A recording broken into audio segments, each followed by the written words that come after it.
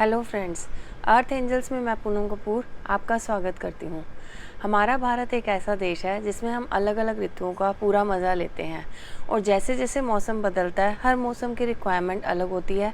हमारे रहन सहन खान पीन हर चीज़ में बदलाव आता है और जिस तरीके से हमारे रहन सहन और खान पीन में बदलाव आता है इसी तरह हमें अपने प्लांट्स के लिए भी कुछ बदलाव करने पड़ते हैं। सितंबर का महीना लगभग ख़त्म हो चुका है और सितंबर मंथ ख़त्म होते होते हमारा ऑटम सीज़न स्टार्ट हो जाता है और दिसंबर मिड तक लगभग ये सीज़न चलता है और ऑटम सीज़न के बाद हमारा शुरू होता है विंटर सीज़न।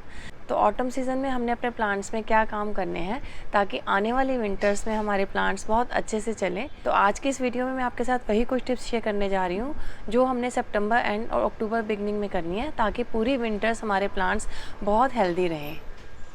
ऑटम सीज़न में जो सबसे पहला काम हमने करना है वो हमने अपने प्लांट्स को खूब अच्छे से फर्टिलाइज़ करना है। जैसे कि आपको मालूम होगा मैं अपने लगभग हर वीडियो में शेयर करती हूँ कि जो प्लांट्स को फर्टिलाइज़ करने का सही समय फरवरी और सितंबर का मंथ होता है, क्योंकि सितंबर ख़त्म होते होते लगभग बारिशों का सीज़न ख़त्म हो जाता है और जब बारिशों में हमारे प्लांट्स ने खूब अच्छे से ग्रोथ करी है, इसलिए जब ग्रोथ के बाद ये समय है कि हमारे प्लांट्स को भूख लगी होगी और हमने अपने प्लांट को अच्छे से न्यूट्रिशन देना है ताकि उनकी जो ये ग्रोथ है वो आने वाले दिनों में भी बनी रहे।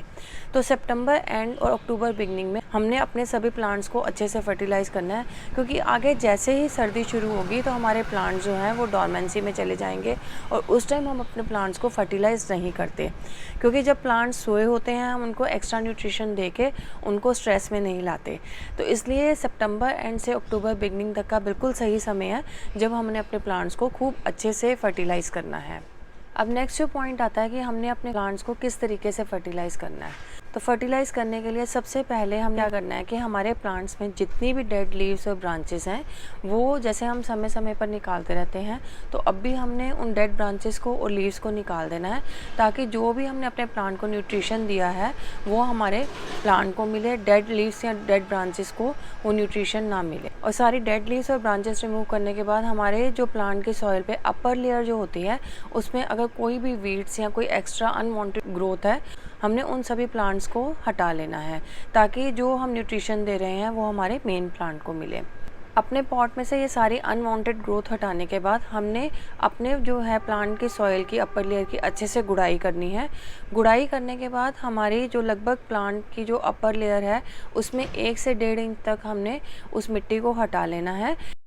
ऐसा हम इसलिए करते हैं ताकि हमारे जो पॉट में है फर्टिलाइज़र के लिए एनफ स्पेस बन जाए, क्योंकि हम जो भी फर्टिलाइज़र ऐड करेंगे उसके लिए भी हमें अपने पॉट में जगह चाहिए। अगर हम मिट्टी नहीं हटाएंगे और जब हम अपने प्लांट में वाटरिंग करेंगे तो जितना भी फर्टिलाइज़र हमने ऐड करा है वो ओवरफ्लो होकर पानी के साथ बाहर आ जाएगा। इसलिए हमने सॉइल की लगभग 1 से 1.5 इंच तक की अपर लेयर हटा लेनी है। लेयर हटाने के बाद हमने अपने प्लांट को अच्छे से उसमें फर्टिलाइज़र ऐड करा। फर्टिलाइज़र आप जो भी चाहें, अगर आप चाहें तो कोई होममेड फर्टिलाइज़र ऐड कर सकते हैं, कंपोस्ट या काउडंग कंपोस्ट, एज़ पर आपके जो प्लांट की रिक्वायरमेंट है। अगर उसमें काउडंग की रिक्वायरमेंट है काउडंग कंपोस्ट ऐड कर सकते हैं, आप चाहें तो उसमें होममेड फर्टिलाइज़र ऐड कर सकते हैं। मैं यही कोशिश करती हूँ कि अपने प्लांट्स में जो भी डालती हूँ मैं ऑर्गेनिक फर्टिलाइज़र डालूँ, कोई भी जो है केमिकल मिक्स फर्टिलाइज़र मैं अपने प्लांट्स में यूज़ नहीं करती। होममेड कंपोस्ट कैसे बनती है उसकी वीडियो मैं आपके साथ पहले ही शेयर कर चुकी हूँ, उसका लिंक मैं आपको डिस्क्रिप्शन बॉक्स में दे दूँगी।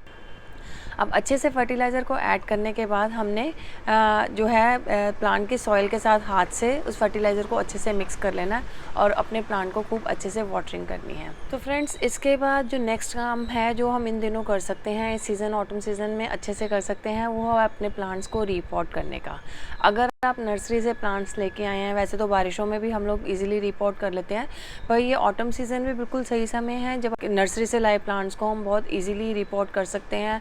इसके साथ साथ अगर आपके अपने कोई पुराने प्लांट्स हैं जिनके आप पॉट्स रिपॉट करना चाहते हैं या किसी प्लांट का सॉइल मिक्स चेंज करना चाहते हैं, या अगर आपका कोई प्लांट रूट बाउंड हो गया है, उसमें बहुत ज़्यादा ग्रोथ हो गई है और वो पूरी तरह से रूट बाउंड हो गया, तो आप अगर चाहें तो इन दिनों अपने प्लांट को बहुत ईजिली रिपॉट कर सकते हैं।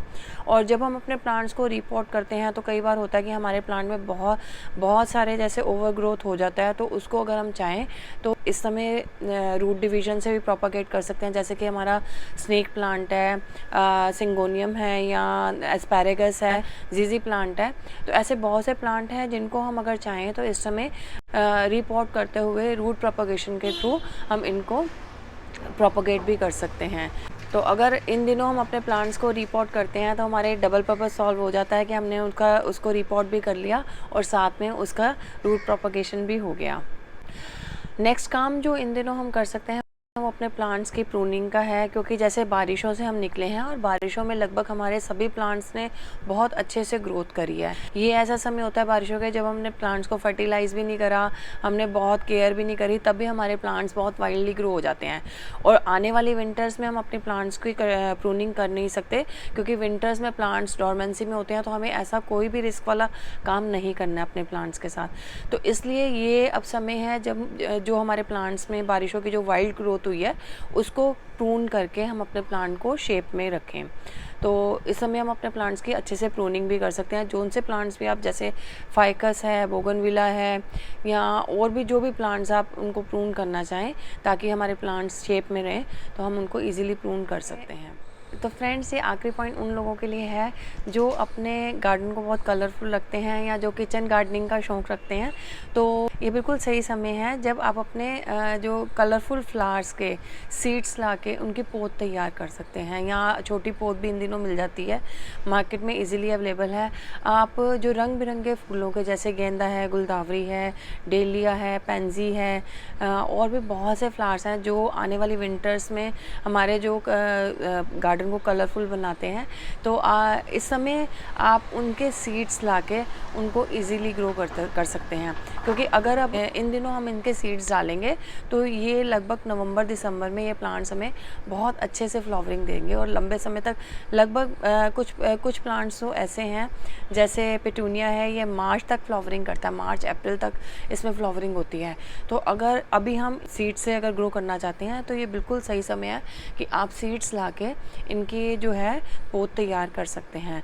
और फूलों वाले पौधों के साथ साथ अगर आप चाहें तो बहुत सी सब्जियां भी हैं जैसे कि पालक, मेथी, धनिया, टस, गाजर, मूली, गोभी, पत्ता गोभी, ये इन सभी सब्जियों की भी हम इस समय सीड्स लगा के सब्जियां उगा सकते हैं। तो जो लोग भी किचन गार्डन का शौक़ रखते हैं, जो फ्लावरिंग वाले प्लांट्स का शौक़ रखते हैं, तो इस समय हम ये सीड्स लगा के अपने प्लांट्स की ग्रोथ कर सकते हैं।